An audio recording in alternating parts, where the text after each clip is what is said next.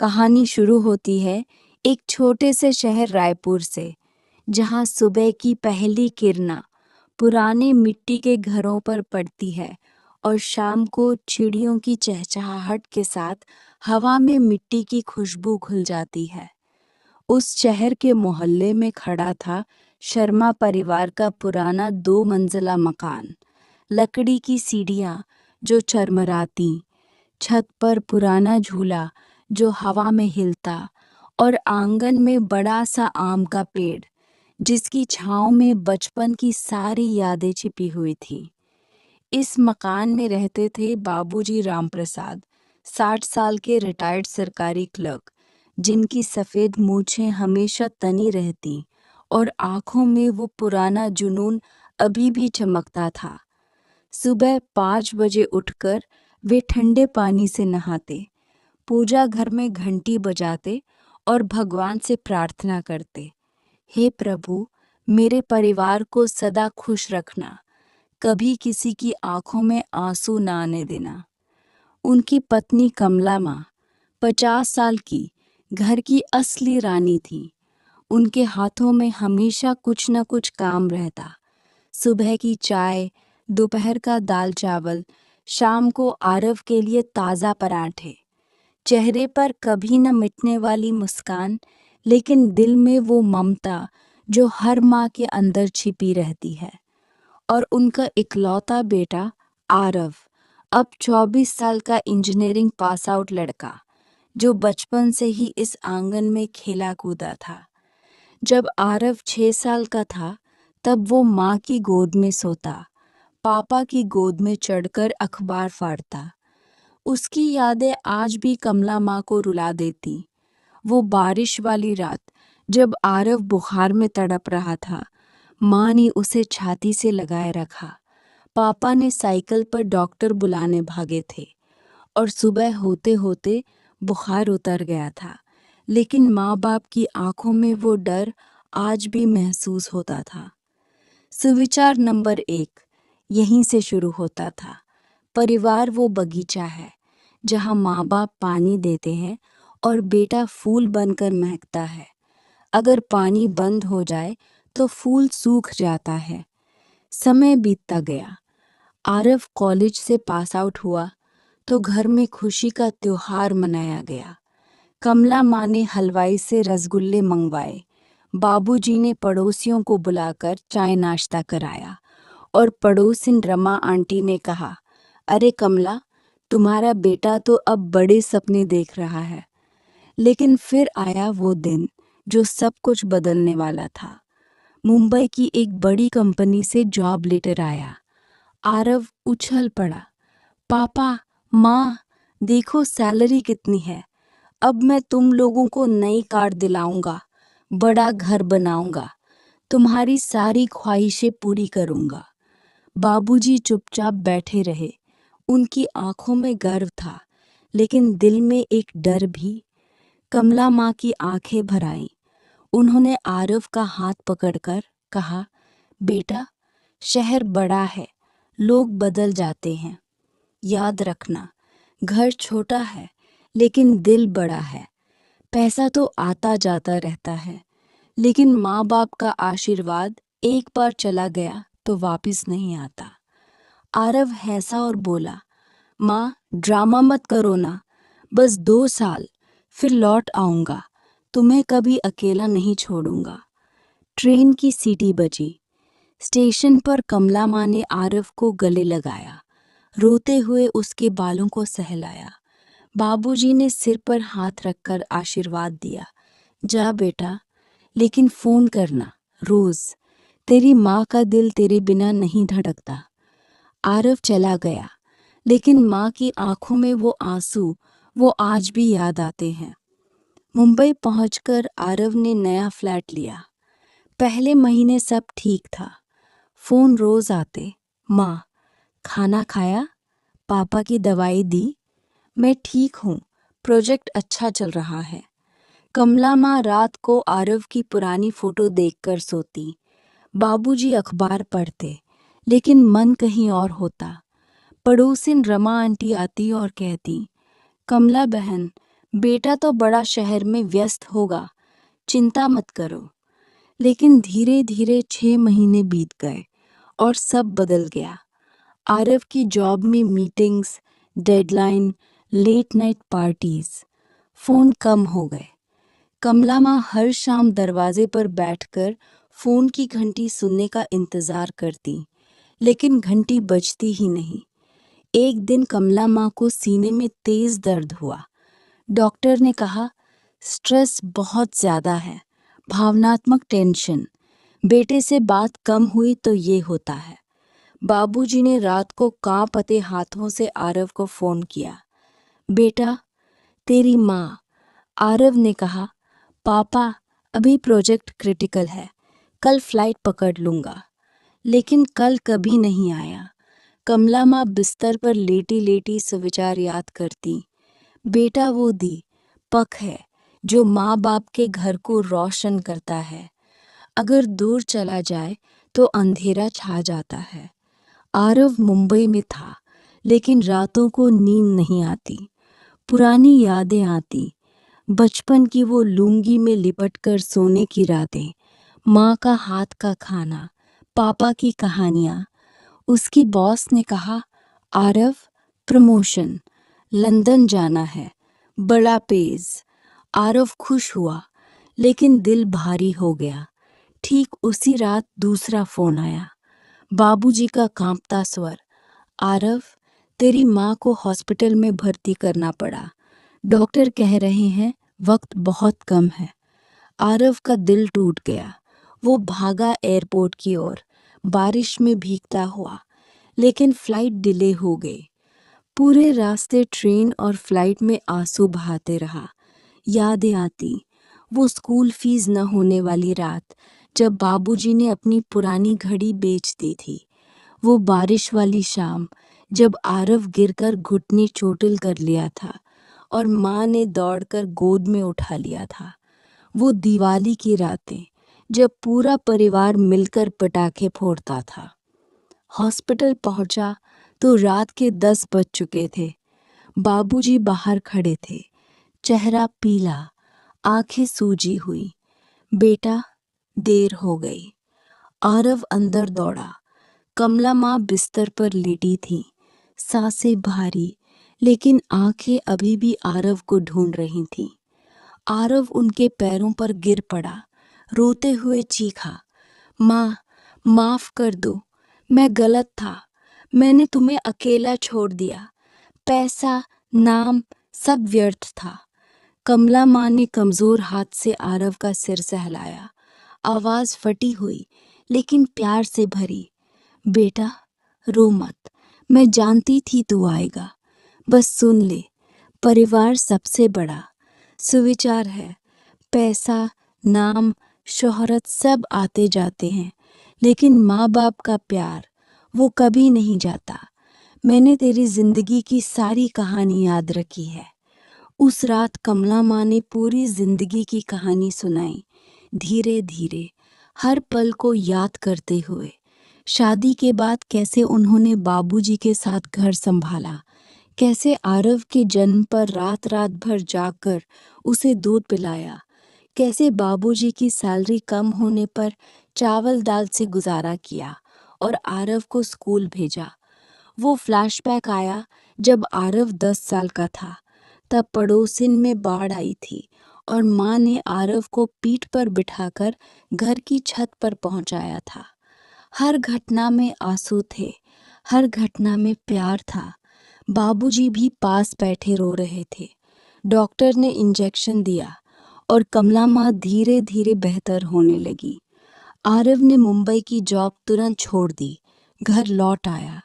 पहले महीने तो वो चुपचाप बैठता रहा, माँ के बिस्तर के पास, उनके हाथ पकड़कर। कमला माँ धीरे धीरे ठीक हुई। आरव सुबह माँ के लिए चाय बनाता, पापा के साथ बगीचे में घंटों बैठकर पुरानी यादें सुनाता, बचपन की कहानियाँ, स्कूल के दिन, वो बारिश वाली शामें। पड़ोसिन किसी की शादी हुई तो आरव ने पूरा घर संभाला, सामान लाना, मेहमानों का ख्याल रखना। फिर रिया आई, पड़ोसिन की सरल, अच्छी लड़की जो परिवार को समझती थी। आरव की शादी हुई, घर में नई रौनक आ गई। रिया ने कमला माँ की मदद करना शुरू किया, बाबूजी को अखबार पढ़कर सुनाती। 1 साल बाद आरव ने अपना छोटा सा बिजनेस शुरू किया, शर्मा फैमिली ट्रस्ट नाम से। गरीब बच्चों को पढ़ाई के लिए मदद, बुजुर्गों को दवाई, हर माँ बाप को सम्मान। पड़ोसी कहते आरव बेटा वापस आ गया, वो भी दिल से। कमला माँ हर शाम आरव के सिर पर हाथ फेरती और कहती, देखा बेटा, सुविचार ने सब ठीक कर दिया। बाबूजी गर्व से कहते, मेरा बेटा अब समझ गया कि असली खुशी कहाँ है। आज भी वो पुराना मकान खड़ा है। आंगन में आरव और रिया के साथ बच्चे खेलते हैं, आम के पेड़ के नीचे। बाबूजी कुर्सी पर बैठकर कहानियाँ सुनाते हैं। कमला माँ चूल्हे पर खाना बनाती और मुस्कुराती। दिवाली की रातें फिर से रोशन हो गई। होली में रंग बिखरते हैं और हर त्योहार पर पूरा परिवार साथ होता है। सुविचार नंबर 3 आज भी घर की दीवार पर लिखा है, जिंदगी की असली जीत वो नहीं जो अकेले जीतो, बल्कि वो जो परिवार के साथ जीतो। क्योंकि परिवार ही वो जड़ है जिसके बिना पेड़ कभी नहीं खड़ा रह सकता, और सुविचार वो बीज है जो इस जड़ को हमेशा हरा भरा रखता है। आरव आज भी रात को माँ के पास बैठकर कहता है, माँ तुमने मुझे बचाया, पैसा नहीं प्यार ने। कमला माँ मुस्कुराकर जवाब देती, बेटा यही तो सुविचार है। उसके बाद आरव माँ के पैरों में सिर रखकर लेट जाता, जैसे बचपन में लेटा करता था। कमला माँ उसके बालों में उंगलियां फिराती और धीरे धीरे पुरानी यादें सुनाती। वो दिन जब आरव मुंबई से लौटा था, तब घर में कितना अंधेरा छाया हुआ था। रिया भी पास बैठ जाती, उसके हाथ में चाय का कप थमाकर कहती, जीजी आपने तो आरव को नहीं, पूरे परिवार को बचा लिया। बाहर आंगन में आम का पेड़ हवा में सरसराता और चांदनी रात में पूरा परिवार एक साथ बैठा होता। बाबूजी कुर्सी पर बैठे अखबार पढ़ते हुए मुस्कुराते हुए कहते, देखा कमला, हमारा बेटा अब सचमुच घर का दीपक बन गया है।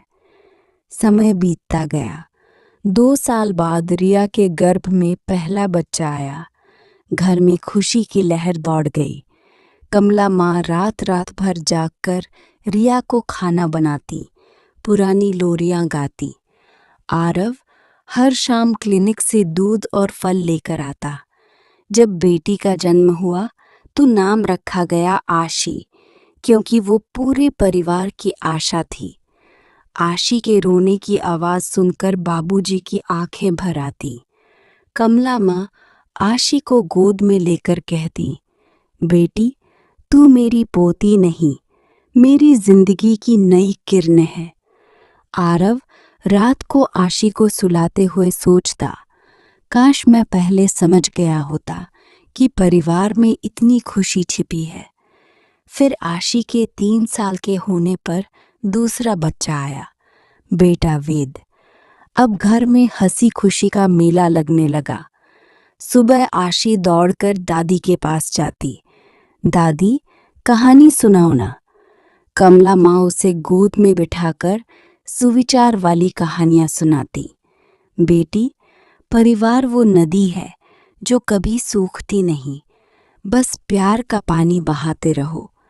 वेद तो बाबूजी की गोद में चढ़कर अखबार फाड़ता, ठीक वैसे जैसे आरव बचपन में करता था। शाम को पूरा परिवार आंगन में बैठता। आरव रिया के साथ हंसते, बाबूजी कहानियाँ सुनाते, कमला माँ चूल्हे पर गर्मा गर्म रोटियां बनाती।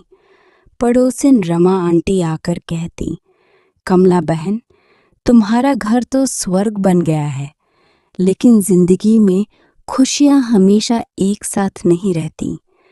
जब आशी 7 साल की हुई तो एक दिन स्कूल से लौटते हुए वो गिर पड़ी। पैर में फ्रैक्चर हो गया। डॉक्टर ने कहा ऑपरेशन करना पड़ेगा और फिर 6 महीने बिस्तर पर आराम। घर में सन्नाटा छा गया। आरव का दिल टूट गया। वो रात को कमला माँ के पास रोते हुए बोला, माँ, मेरी बेटी को कुछ हो जाए तो मैं सह नहीं पाऊंगा। कमला माँ ने उसे गले लगाया और कहा, बेटा, याद है जब तू मुंबई गया था, तब मैंने यही दर्द सहा था। अब सुविचार का समय है। परिवार साथ हो तो हर तूफान पार हो जाता है। रिया दिन रात आशी के पास बैठी रहती। बाबूजी अस्पताल के बाहर चुपचाप प्रार्थना करते। वेद छोटा छोटा खिलौना लेकर बहन के पास आता और कहता, दीदी, जल्दी ठीक हो जाओ, हम साथ खेलेंगे। आरव ने अपना पूरा बिजनेस छोड़ दिया, सिर्फ आशी के लिए। वो रोज डॉक्टर के पास ले जाता, माँ के पुराने नुस्खे आजमाता, हल्दी वाला दूध, अदरक वाली चाय। कमला माँ रात को आशी के सिर पर हाथ फेरकर लोरियां गाती, सो जा बेटी, दादी का प्यार तेरे साथ है। धीरे धीरे 3 महीने बाद आशी चलने लगी। वो दौड़कर दादी के पास आई और बोली, दादी, आपने मुझे बचाया। कमला माँ की आंखें भर आई। नहीं बेटी, सुविचार ने बचाया, प्यार ने बचाया। उस घटना के बाद परिवार और भी करीब हो गया। आरव ने शर्मा फैमिली ट्रस्ट को और बड़ा किया। अब गरीब बच्चों के लिए स्कूल भी खोल दिया। आशी और वेद स्कूल जाते और घर लौटकर कहते, पापा, हम भी बड़े होकर गरीबों की मदद करेंगे। बाबूजी अब 80 साल के हो गए थे, लेकिन उनकी आंखों में वही चमक। एक शाम वो आरव को बुलाकर बोले, बेटा, मैंने तेरी माँ को कभी अकेला नहीं छोड़ा, तूने भी वही सीख लिया। यही सुविचार है, कभी किसी को अकेला मत छोड़ना। फिर समय बीता। आशी 12 साल की हुई, वेद 10 का। घर में अब नई खुशियाँ। आशी की पहली परीक्षा, वेद का फुटबॉल मैच। रिया ने भी अपना छोटा सा ब्यूटी पार्लर शुरू किया, लेकिन शाम को हमेशा घर लौटकर सबके साथ बैठती। एक दिन बाबूजी बीमार पड़े। डॉक्टर ने कहा, उम्र हो गई है, दिल कमजोर है। अब कमला माँ रात रात भर जागती, बाबूजी के सिरहाने बैठी रहती। आरव माँ के पास आकर कहता, माँ, अब मैं हूं ना, तुम आराम करो। लेकिन कमला माँ मुस्कुराकर जवाब देती, बेटा, माँ बाप का प्यार कभी थकता नहीं। बाबूजी ठीक हो गए, लेकिन वो घटना ने सबको याद दिला दिया कि वक्त कितना कम है। अब हर त्योहार और भी धूमधाम से मनाया जाने लगा। दिवाली पर पूरा मोहल्ला शर्मा परिवार के आंगन में इकट्ठा होता। पटाखे फूटते, मिठाइयाँ बांटी जाती। होली में रंग खेलते हुए आरव अपनी बेटी को गोद में उठाकर कहता, आशी, कभी भी परिवार से दूर मत जाना। कमला माँ चूल्हे पर हलवा बनाती और सुविचार कहती, जिंदगी एक सफर है, लेकिन परिवार ही वो साथी है जो अंत तक नहीं छोड़ता। आज भी जब रात होती है तो आरव माँ के पास बैठता है। आशी और वेद भी दौड़कर आ जाते। रिया चाय लाती है। बाबूजी मुस्कुराते हुए कहते, ये मेरा परिवार है, मेरा सबसे बड़ा सुविचार। कमला माँ सबको देखकर आंखें बंद कर लेती और धीरे से कहती, भगवान ने मुझे सब कुछ दे दिया, प्यार, परिवार और ये सुविचार। और इस तरह कहानी आगे बढ़ती जाती है। हर दिन नई खुशी, नया प्यार, नया सुविचार, क्योंकि परिवार कभी खत्म नहीं होता, वो तो बस रूप बदलता रहता है। कभी बेटा, कभी पोता, कभी नाती पोती, लेकिन प्यार हमेशा वही रहता है। लेकिन जिंदगी सिर्फ खुशियों की नहीं होती, एक शाम जब आंगन में सब हंस रहे थे, तभी फोन की घंटी बजी। आरव ने फोन उठाया। मुंबई की उस बड़ी कंपनी का कॉल था जिसे उसने सालों पहले छोड़ा था। बॉस की आवाज आई, आरव, तुम्हारा पुराना प्रोजेक्ट अब विश्व स्तर का हो गया है। लंदन में हेड ऑफिस का ऑफर है। 2 करोड़ सालाना, बड़ा घर, कार, विदेश में रहने का सपना। बस एक हस्ताक्षर चाहिए। घर में सन्नाटा छा गया। रिया की आंखें चमक उठी। आशी और वेद उछल पड़े। पापा, लंदन, हम भी जाएंगे। बाबूजी मुस्कुराए, लेकिन कमला माँ की आंखें भर आई। उन्होंने चुपचाप आरव का हाथ पकड़ा और कहा, बेटा, सोच लेना। आरव रात भर सो नहीं पाया। बालकनी में बैठा बाहर आम के पेड़ को देखता रहा। यादें आने लगी। वो दिन जब माँ अस्पताल में थी, जब आशी का पैर टूटा था, जब बाबूजी की तबीयत बिगड़ी थी। सुबह होते ही उसने फैसला कर लिया। पूरे परिवार को आंगन में बुलाया। सब बैठ गए। आरव घुटनों के बल बैठ गया। माँ के पैरों को छूते हुए बोला, माँ, पापा, रिया, आशी, वेद, मैंने फैसला कर लिया है। मैं ये ऑफर ठोक कर आ रहा हूँ। सब चौंक गए। रिया ने कहा, आरव, लेकिन ये तो हमारी जिंदगी बदल सकता है। आशी रो पड़ी, पापा, लंदन में आइसक्रीम खाएंगे ना? लेकिन आरव की आंखों में आंसू थे। उसने सबको गले लगाया और बोला, प्यारे, पैसा तो आता जाता है, लेकिन परिवार एक बार टूट गया तो कभी नहीं जुड़ता। अगर मैं लंदन चला गया तो तुम सब अकेले रह जाओगे।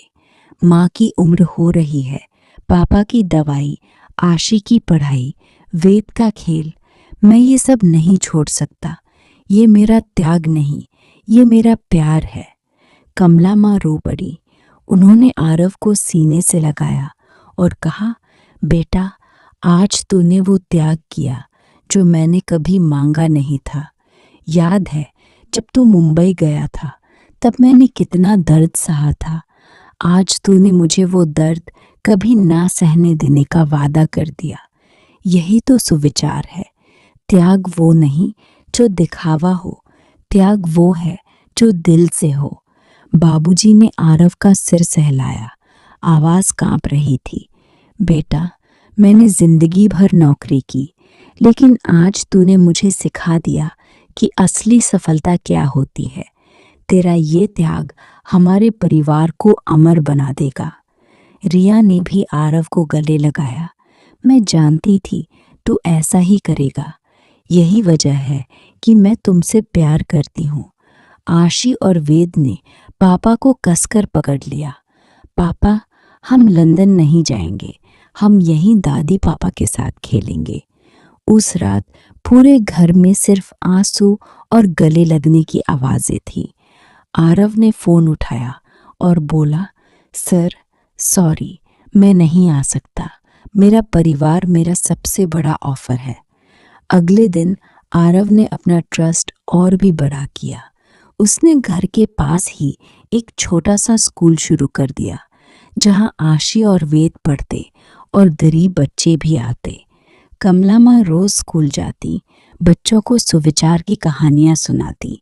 बाबूजी कुर्सी पर बैठकर कहते, देखो, मेरा बेटा त्याग करके भी कितना बड़ा बन गया। शाम को जब सब आंगन में बैठते तो आरव माँ के पास बैठकर कहता, माँ, आज मैंने जो त्याग किया वो तुम्हारे प्यार का फल है। समय बीता गया। आशी बड़ी हुई, कॉलेज गई, लेकिन कभी घर नहीं छोड़ा। वेद डॉक्टर बना, लेकिन क्लिनिक घर के पास ही खोला। रिया का पार्लर चलता रहा। बाबूजी और कमला माँ की उम्र 90 के पार हो गई, लेकिन उनके चेहरे पर वही मुस्कान। एक दिन जब कमला माँ का अंतिम समय आया तो उन्होंने आरव का हाथ पकड़कर कहा, बेटा, तेरा वो त्याग, वो मेरी सबसे बड़ी जीत थी। अब मैं खुशी से जा रही हूँ। आरव रोते हुए बोला, माँ, तुम कभी नहीं जाओगी, तुम तो हमारे सुविचार में जीती रहोगी। और इस त्याग के बाद परिवार और भी मजबूत हो गया। हर नई पीढ़ी को यही कहानी सुनाई जाती, त्याग का प्यार, परिवार का सुविचार, क्योंकि सच्चा त्याग वो नहीं जो कुछ खो दे, बल्कि वो जो सबको जोड़ दे। तो दोस्तों, ये थी हमारी आज की दिल छू लेने वाली इमोशनल फैमिली ड्रामा कहानी, टूटे दिलों का पुल, एक सुविचार की कहानी। अब बताओ ना, कहानी कैसी लगी? दिल को छू गई, आंखों में आंसू आए, या कोई खास पल याद रहेगा? कमेंट में ज़रूर बताना। मुझे सबसे ज़्यादा आरव का त्याग पसंद आया, या माँ का प्यार याद आ गया? जो भी मन में आए लिख दो। अगर कहानी पसंद आई तो वीडियो को दिल से लाइक कर दो यार। एक छोटा सा लाइक हमारी मेहनत का फल होता है। और चैनल को अभी सब्सक्राइब कर लो, बेल आइकन दबा दो, क्योंकि ऐसी ही और इमोशनल सुविचार वाली कहानियाँ रोज आती रहेंगी। शेयर भी कर दो अपने परिवार और दोस्तों के साथ, ताकि उनका भी दिल छू जाए। मिलते हैं अगली कहानी में। तब तक अपना और अपने परिवार का ख्याल रखना। सुविचार हमेशा साथ रहे। जय श्री कृष्ण।